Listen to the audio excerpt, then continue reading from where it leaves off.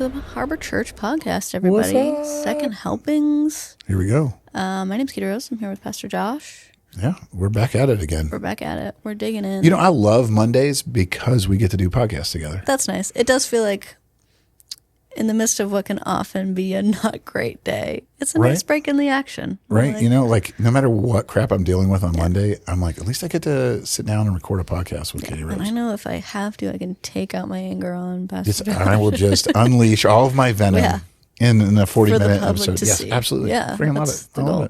I do feel like before we get into this, I need to address, for those watching on YouTube, my fingernails.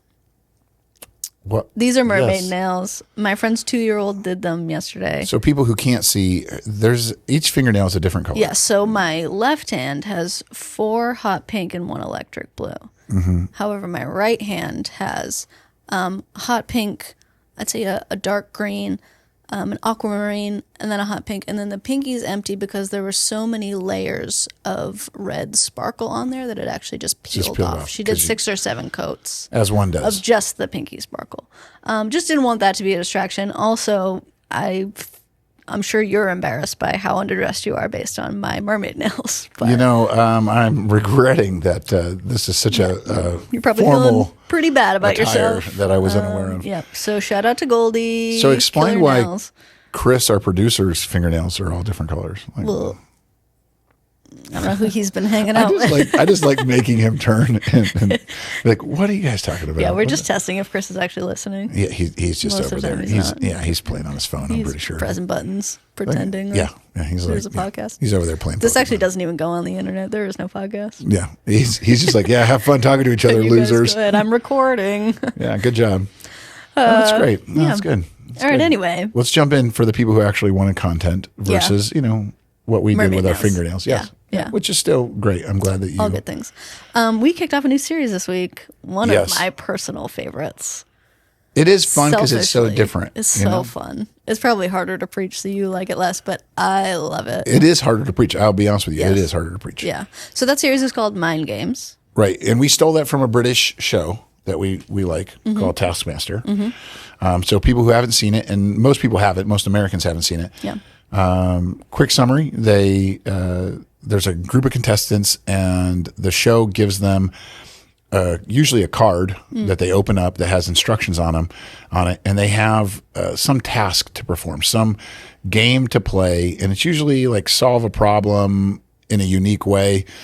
And the goal of the game is to kind of find your own way to solve the problem within the rules. And sometimes the rules are very specific, and sometimes the rules are generic, and they let you play around with it, creative. Mm-hmm. Which is fun, which makes it fun to see how each person solves problems. Yes. We always have fun picking contestants, and so we picked several people from our congregation that we knew. And it's cool watching how their brains work, because I think about how I would do it. Yeah. And then I'm always surprised when I watch how somebody else does it. And then every once in a while you're like, oh wow, I never would have thought of that. Mm-hmm. So that's fun. And that's probably my favorite part of the game series. The Mind Game series. And there's some good out of the box thinking. Tell me again how that's spiritual though. Like the whole idea of like just putting people through weird tasks. I mean, on its face, it's not at all. However, at Harbor, we'll make anything spiritual. Yeah, ain't that the truth? No, I mean, it isn't. But what I like about it is I think, it's just more memorable. Like, I think we as humans need stuff to anchor to in our brains. And this is different enough and fun enough that it keeps me and I think the general public engaged during a message. But more than that, kind of the theme of the series, what we're talking about is Romans 12, 1 and 2, the idea that God wants to transform us by renewing our minds, by changing the way that we think. And in that way, we're challenging our contestants to think differently in a much less important and sillier way, but does tie to how God, I believe, challenges us to think much differently than we do naturally. You get set too much in a rut, too much in a pattern, and usually that pattern is the world's. Yeah. Because it's where we live, it's who we're hanging out with, it's the movies we're watching, it's all the stuff we're taking in.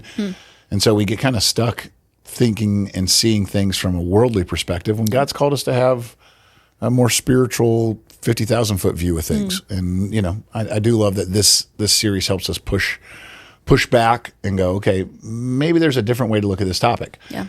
So for yesterday, maybe the listeners never saw the episode or heard the message.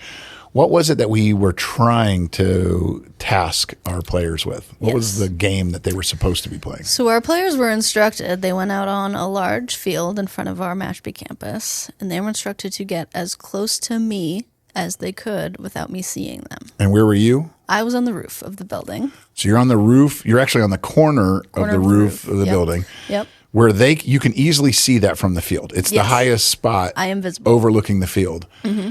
And then in the field, you guys put a bunch of just random objects, right? Obstacles, things they could hide behind. They had to pick pile their of tires and tables. There was a whole car. And, just random stuff out there. Yep. Mm-hmm. That they could use. We envisioned it, right, as kind of like a reverse hide and seek. Like they knew where you were. Yep. And I was turning around. Yes. At regular intervals. Yeah, that's important. Yep. That's important. So my back was turned, and then I'd turn around and look. So that's a little bit like hide and seek meets red light, green light, right? You know, so it's like you turn around and then it's kind of Squid Games, actually. Yes, it's really what it is. Wow, that'd have been. Now my brain's working. Like, what if we put people with paintball guns? Like, you moved. Next mind game series is going to be. Oh, wow. Yeah. Serious. No, that'd be dark, but also maybe fun. I could preach a lot of different things. But yes, so you would turn around with your back to the field. Mm-hmm. And when your back was to the field, they were supposed to move closer towards you. Mm-hmm. And then when you turned around, their goal was to hide from your sight so that you wouldn't catch them. Mm-hmm. And then they could systematically get closer to you. We didn't even give them a time limit, right? That one was just like get as close as you can. Get as close as you can. So someone could have gotten all the way to the building, and that would have been a win. And then time would have come into play if someone did it faster. But nobody even made it close. Halfway, maybe it was a non-issue. Was that like halfway was about as close as the furthest person got before they got seen. Yep.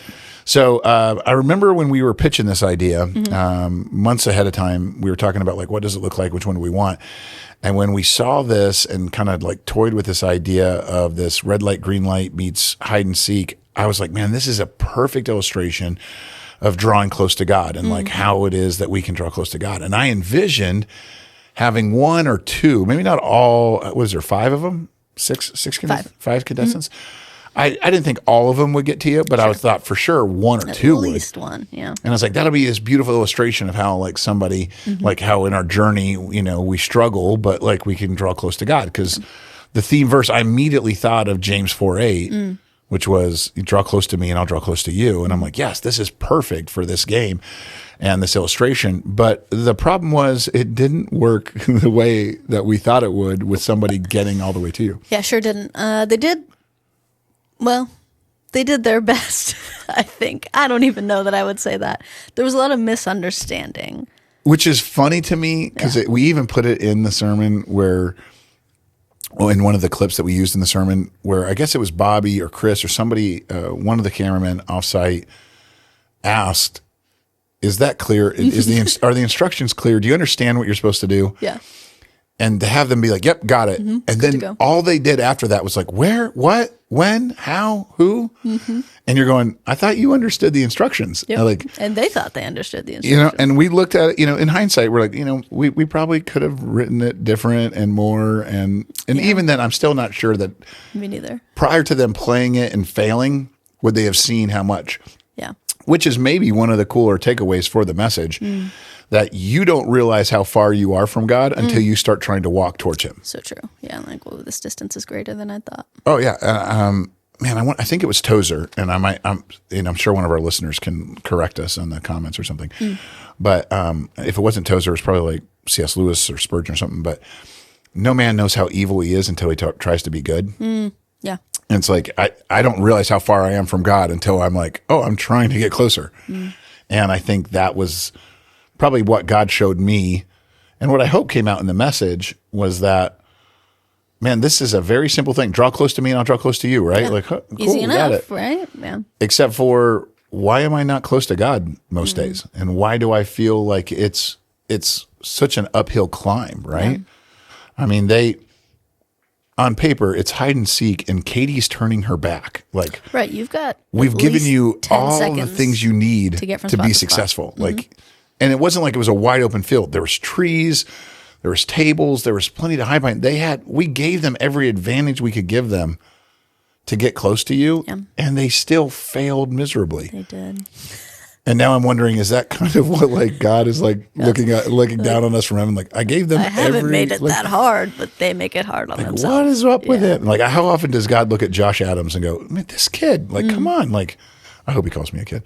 You know, he's like, look at this guy. Like, I've given him every advantage, and and he's just not getting it. Yeah, and I think that's the humbling piece of the message on "Draw Close to Me, and I'll draw close to you," is that unless you're a Pharisee, you need to just sit back in humility and go, I'm not as good at drawing close to God as I thought I was, and I am not as close as I like to pretend I am. Yeah, which is a good starting point.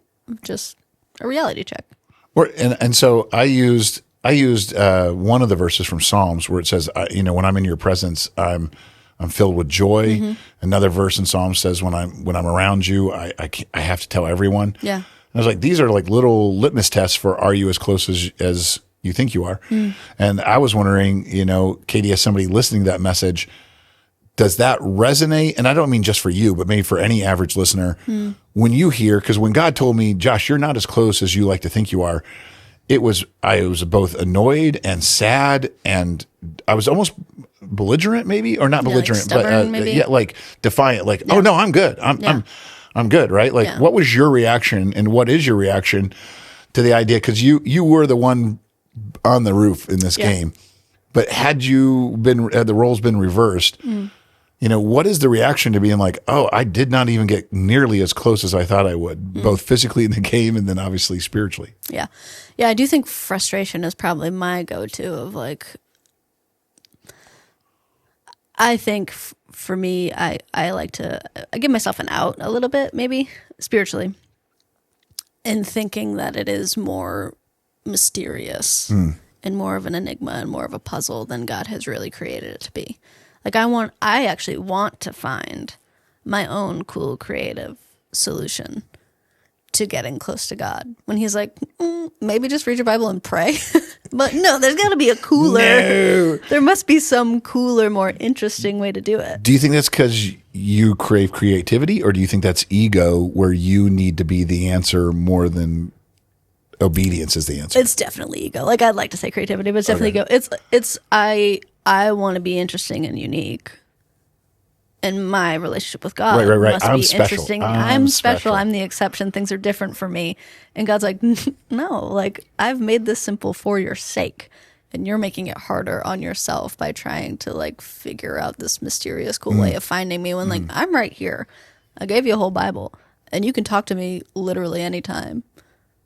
Go. I'm like, go what now. What if instead Start I looked now. under this blue bucket, Obey now. Yes. No, I hear what you're saying, but let me try my own thing. Yes. Let me do something else. Like he's like, no, I just obey, and you're like, no. Mm-hmm. I'm so much smarter. Yeah, for sure, and just everyone's such a little unique snowflake, Why do you think, for the average listener, or for you and I, like, why do you think this walk to be close to God feels like it's so easy, and yet very few people do it well and do it well consistently, regularly? Like I have definitely have had days where, man, I was walking with God, like it felt so good, and then you're like lose it. You're like, where did that go? I was so good. I was in such a great space, and now it's gone. Like picking up water with your hand, you're like, it slipped through my fingers. Yeah. I think, I think the whole Christian life is simple but not easy. Like God doesn't make it hard, but it is hard to do because we are sinners naturally. Like we just our natural bend is toward other things. And for me as a person, and I think for a lot of our listeners, the main thing that gets in the way is that when we hear that it's simple, we want that to mean instant gratification. Yeah. If I knew that Simple the does not mean second easy. I opened Great my point. Bible, the Lord would open up the heavens and yell at me from the I clouds. read one verse. I must Boom. be so Yes. much smarter and so much holier. Well, then I'd do it. Right. Or I spent a minute in prayer. Yep. Like I went and asked God to like help me. Surely my heart and all my circumstances would be change. more gracious and whatever. So I must be a completely different person. Yes, but He wants to do surgery over time. Like, we're revisiting these same subjects, and I need to revisit my relationship with him daily, hourly, minute by minute, ideally, in order for real change to come. He's building a lifestyle for us, and we're trying to have it as like a one-off. Like a slot machine, yeah. Yeah, just one and done, and then I'll come back in a couple months if I need if I need to re-up. You're like, no. Yeah, he's like, abide in me. Yeah, this is a nonstop, Yes, all the time kind of thing. Yeah. And we often are like, yeah, no, I'm not there. Yeah. And I think when you look at the game, the confusion that the players had was probably what maybe softened my heart getting ready to preach the message. Yeah. Because I was like, how often do we look at people? And what's fun about this game, and it's true every time we do this series, and it's probably true for the British TV show, when you watch it, you go, I could do so much better than these people. You immediately find a great solution. But when you're not the one on the clock in front of the camera, you know, with all the pressure being there, when you're not that person, it's easy to armchair quarterback. Yeah. Yeah, which I think is the same way we look at other people in life, right? Like, I can tell you how to draw close to God better. I know. And I would do so much better than you. Yeah, and like, here's where you're screwing it up. If I had your life, man, I would be such a great Christian. It's like, okay, well, you have your life where you figure that out. Yeah. Yeah, but you have it better and you have it easier. And if I had your life, I could be such a much better. You're like, no, like, not so much. Watching them struggle with simple instructions and what I thought was a very easy task. At first, I'm just sitting going, oh, man, these guys are ruining my sermon. And then I went, man, I see myself on a given Monday, Tuesday, Wednesday, doing everything they're doing, looking in the wrong place. Yep. Not even knowing where to start. Not even recognizing where God was in relationship to them. Like, man, how true is that across the board? Like, I don't even, like, do you get up in the morning and you're like, I don't even know where to start today? Yeah.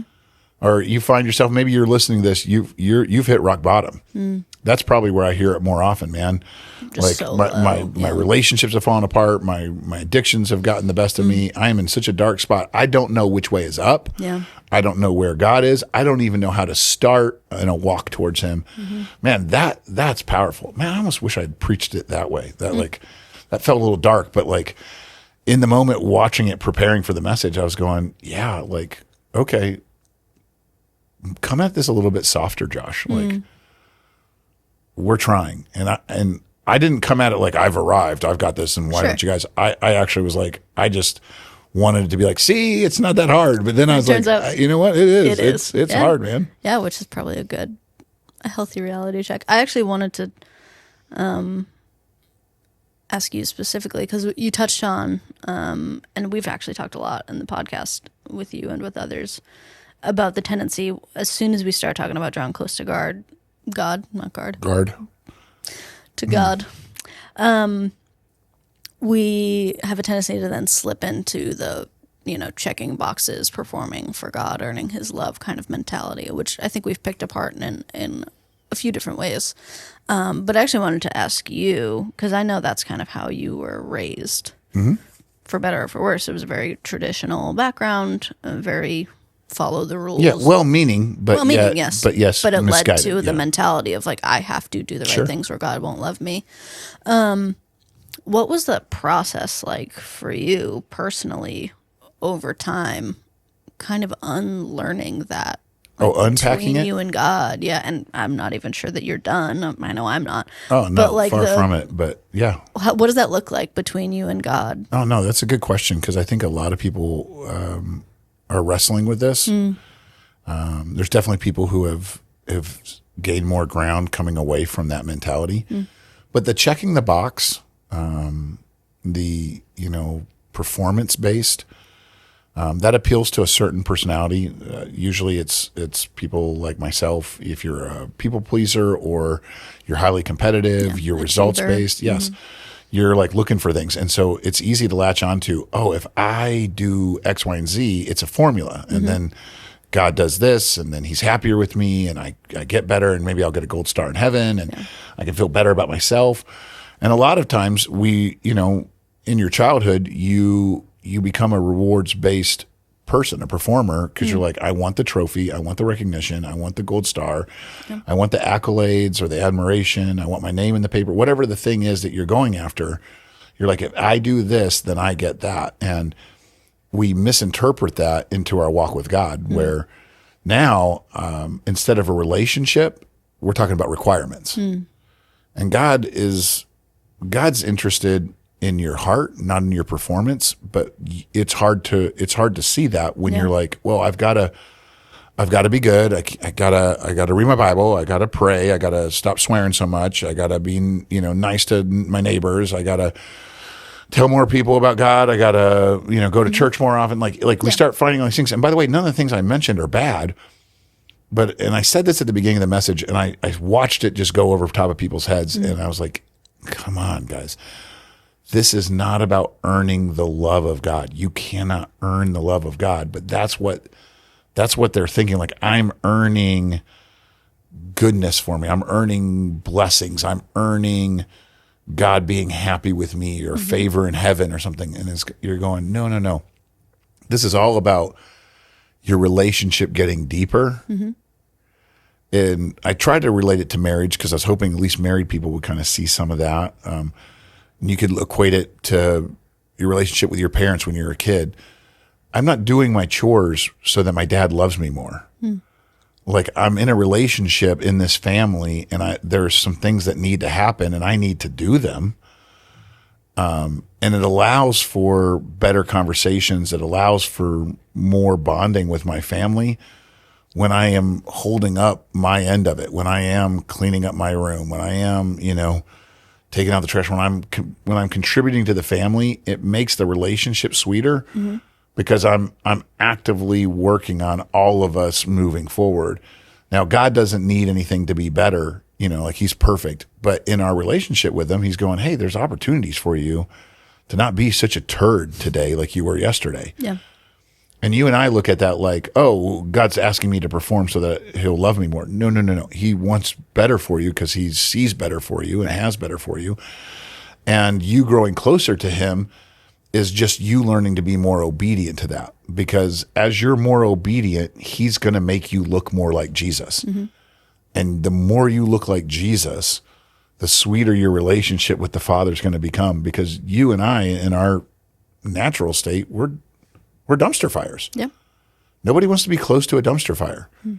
But if I'm in my sanctification process, I'm learning to look more like Jesus because I'm growing closer to God, and he's revealing to me, your attitude is bad here. Your trust is weak here. Your love for others is shallow here.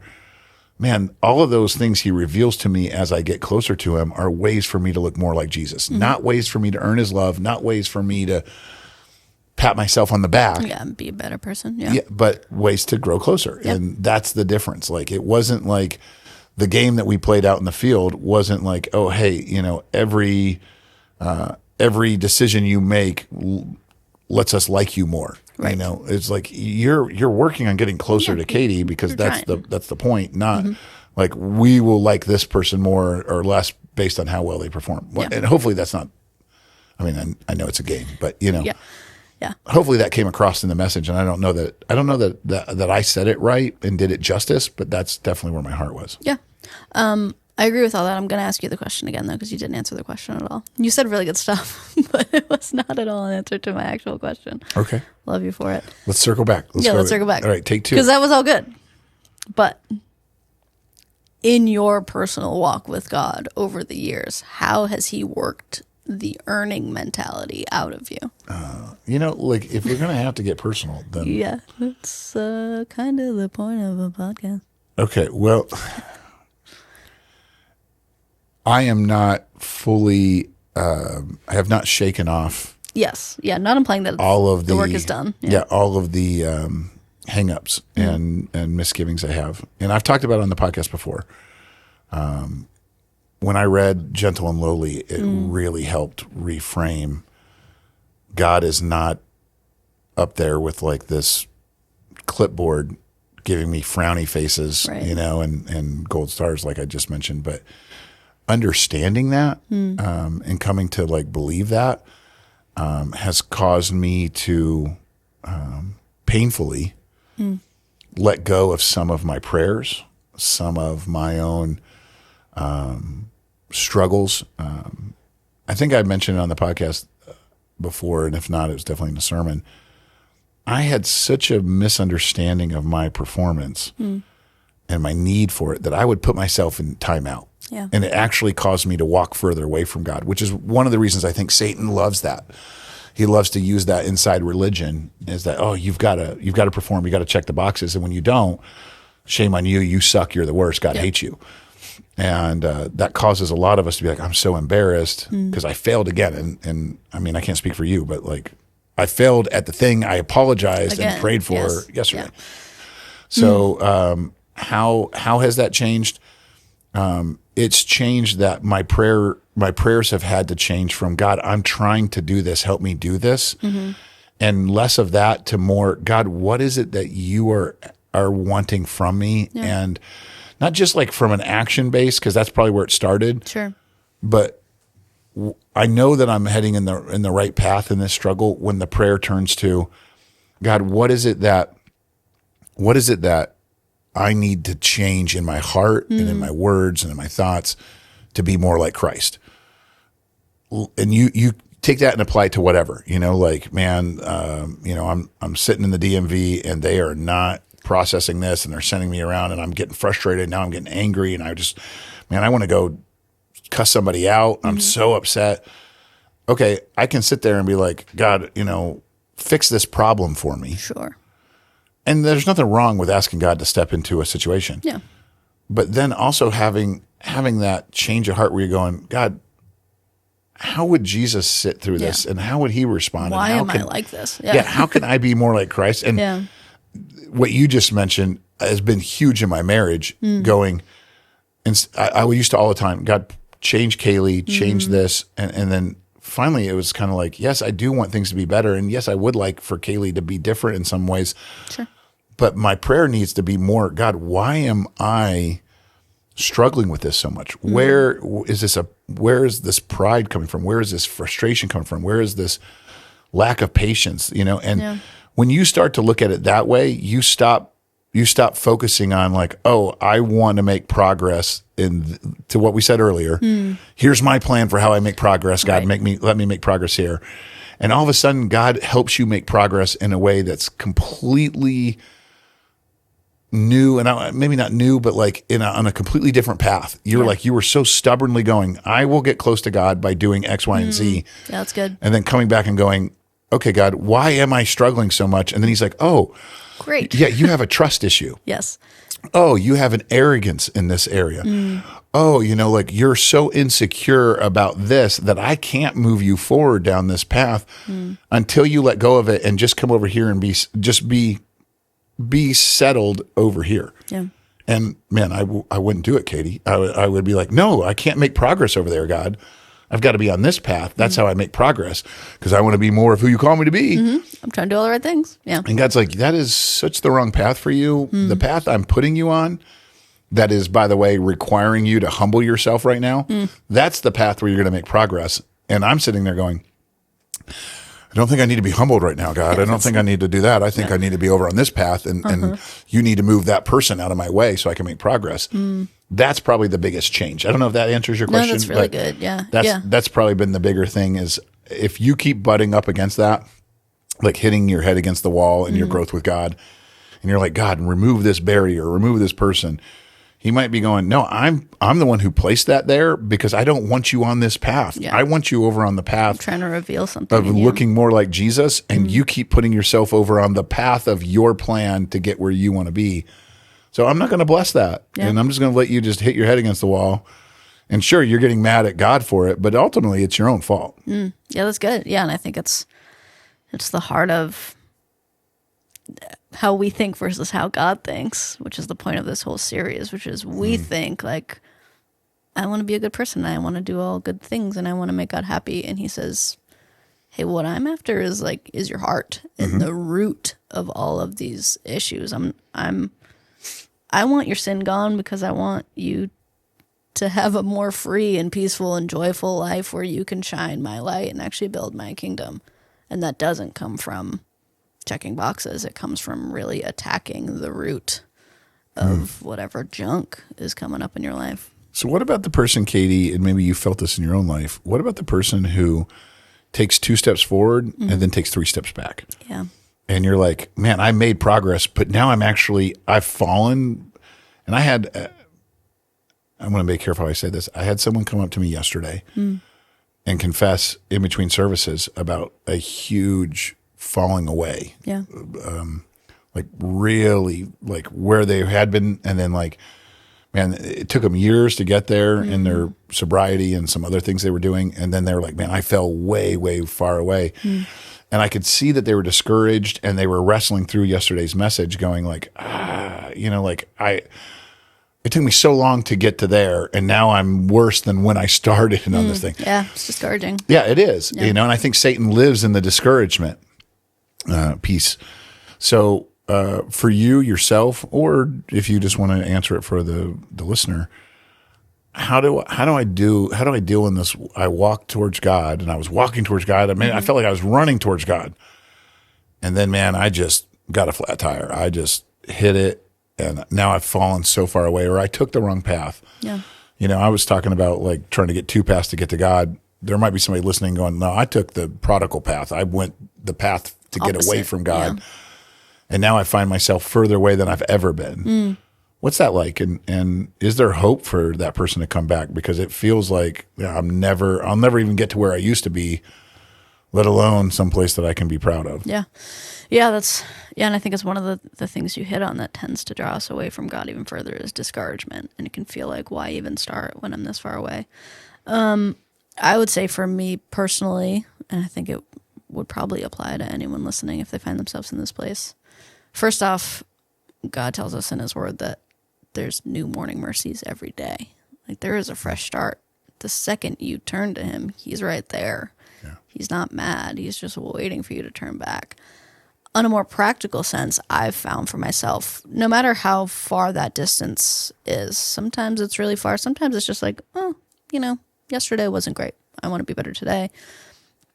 The key for me in not just being discouraged and letting it to continue is to just do something now, like just act.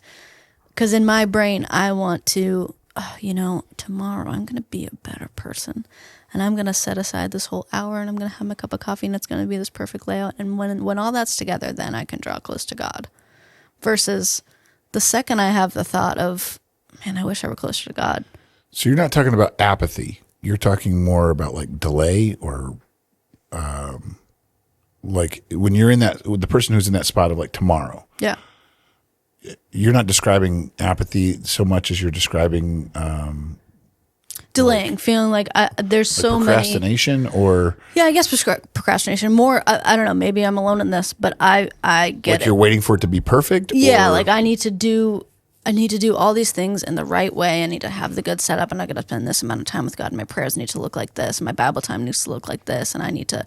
I can't come back to church until I get my life together, and all like that sort of almost where perfect becomes the enemy of progress. Because if it's not perfect, then we can't move forward. Yes. Whereas if in the moment when I feel any amount of conviction of like, hey, Katie, you're not as close to me as you should be, I can right then, immediately, draw near to him.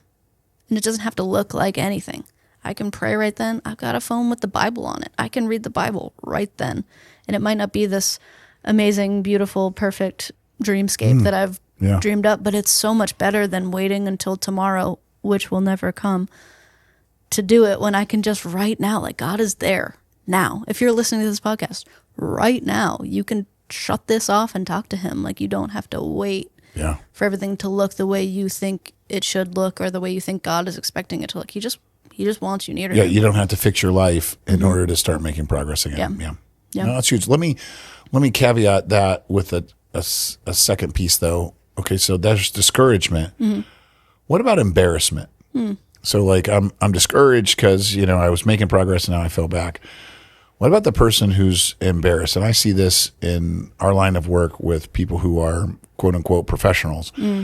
And by the way, I don't ascribe to that. Whether you're in vocational ministry or you're in, non-vocational, like we're all called to be in ministry. We're all called to be ambassadors for Christ. Some of us, our jobs, our financial income just happens to be working for a church to facilitate that for everybody more often.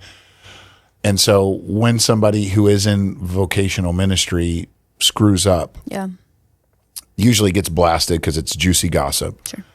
This person did this, this person did that. But what I find is those people are the ones, they're not just discouraged and therefore they stop walking close to God. They're embarrassed. Yeah. And I see that being something that, having helped counsel a couple people in that situation, I'm starting to see that pop up more in people who aren't in full-time ministry, but they were plugged into their church. Yeah. They were trying to be a testimony at work. They were trying to, witness to their families, and then all of a sudden they messed up royally, and it was public and it's well known and it's documented and it's probably got a few shares on Facebook or Instagram, and now all of a sudden they're like, well, I guess I could never do anything for God again because I suck and I'm not just discouraged, I'm ashamed. And so how does somebody get past that? How does somebody get past the, like, I've ruined my reputation? No, I mean, I didn't just fall away from God, Katie. I publicly fell away from God, and everybody knows that I was a royal turd for a long time. Yeah. I think this is easier said than done, but I believe what the Bible points me to, at least, is that if it's never been about you anyway, then the comeback is easier. If the point of your ministry is to point to you, then you're never going to come back from that, and you shouldn't go back to church if it's about you. But if my life and my calling is to point toward Jesus, then my sin and my failure is just even more pointing to the fact that, man, I need Jesus bad, just as much as anybody else does. And in God's hands, that can be an encouragement to the people watching. And that doesn't mean they're going to respond in the way that they should, and people will be mean, and you kind of just have to trust what God thinks a lot more than what people think. But at the end of the day, for people that care and are earnestly seeking after God, then they should have a humble enough heart, and you should have a humble enough heart to say, yeah, I fell like David did, like Moses did, like everybody other than Jesus did. And here's what not to do. And here's proof of my desperation for Jesus. Yeah, that's a good point. Because I think a lot of people are like, well, I've got to fix this. And it's like, no, you the more you try to fix it, the more you become I was going to say victim. The more you become a person relying on people's opinions. Yes. Like, I need these people to like me again. I need these people to respect me again. I need these people to validate me again. No, you don't. Think about, like, you mentioned David. I was thinking David. You mentioned Moses. Great. You know who else? Like Peter. Out of the 12 disciples, Peter openly, recordedly denies Jesus. Denies him. Like, swears about even knowing him. And then you see God redeem him. You see Jesus bring him back. Peter, do you love me? Feed my sheep. He has this whole interaction. And Peter goes on, arguably for what's recorded, to do more in the church than the other 10 put together. Because Judas is out of the picture now, but the other 10, and they get the replacement, all of the other 11 disciples besides Peter, you arguably see Peter do more in the church in Jerusalem in the early church age than you see all the rest do together. That doesn't mean that he does. It's just recorded that he does. And it might just be recorded because, hey, man, there's hope for the screw up, right? There's hope for the dumpster fire, because once you redeem, man, God can do whatever he wants. And I would even say without that humbling, Peter probably would not have done as much as he did. That's a great point. That's a great point. I think God knew that he needed that moment to learn who Jesus really was and to learn who Peter really was. And I bet you, Katie, there's probably some people whispering behind Peter. Oh, he's the guy that was cussing about Jesus. For sure. oh yeah, that's the guy we all know about him. He's the guy that denied Jesus. Like, okay, yeah, like I did, you know, like I'm not proud of it. Yeah. But is that what he's remembered for? Yeah, but like let's go. not. Like let's go. Like I'm back in it. And if people want to bring up your past, like that's because they don't have much of a future for themselves. So you just live in what God has for you, and you don't have to worry about the people who keep wanting to remind you of all your mistakes. That's because they don't. They're trying to throw shade on you to take it off the spotlight of any of their mistakes. You don't have to deny it. You don't have to lie about it. I mean, you know, like, hey, I did mess up, but that's not my identity. Isn't my mess up? Right. My story isn't finished in my screw up. I think the best thing about somebody who screws up, which by the way, everybody screws up, is the redemption. Man, the redemption story, the comeback story. That's what everybody wants. That's what everybody. That's what people get excited about. It's the good stuff.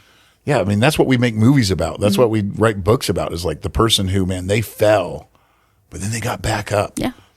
And I think for the person feeling the shame right now or the discouragement, God might just be telling you, like, the journey to walk close to me is not finished when you fall. And by the way, it's not chutes and ladders, which I think we think it is. And so let's just talk about this. Like if I was walking close to God and then I royally screwed up, right? And then I fall way off the wagon, I fall way back. You're like, well, I'm back at zero, or I'm back further than what I was when I started. Okay, well, it doesn't mean it takes as long To get back to God. Like, is there redemption? Yes. Is there growth? Yes. You know, and there are definitely people who have screwed up, and what we call like a reconciliation process or a redemption process, or somebody who has to just walk through counseling. Sure. And I'm not shortchanging any of that. Yeah. But like, that doesn't mean that like, oh, it took me 20 years to get to like where I was in my walk with God, and then I fell back. Yeah, it doesn't mean you have to take 21 years to ever get back to where you know. Yeah, growth isn't linear like that. It is not, and especially not to God. God is looking at your heart. That's where I've seen Christians who have been quote unquote believers for decades not be as close to God as somebody who encountered Jesus last week. Yesterday, yeah. Yeah, man. God looks at your heart, not at the outside. Yeah, so good. Including your screw ups. Yeah.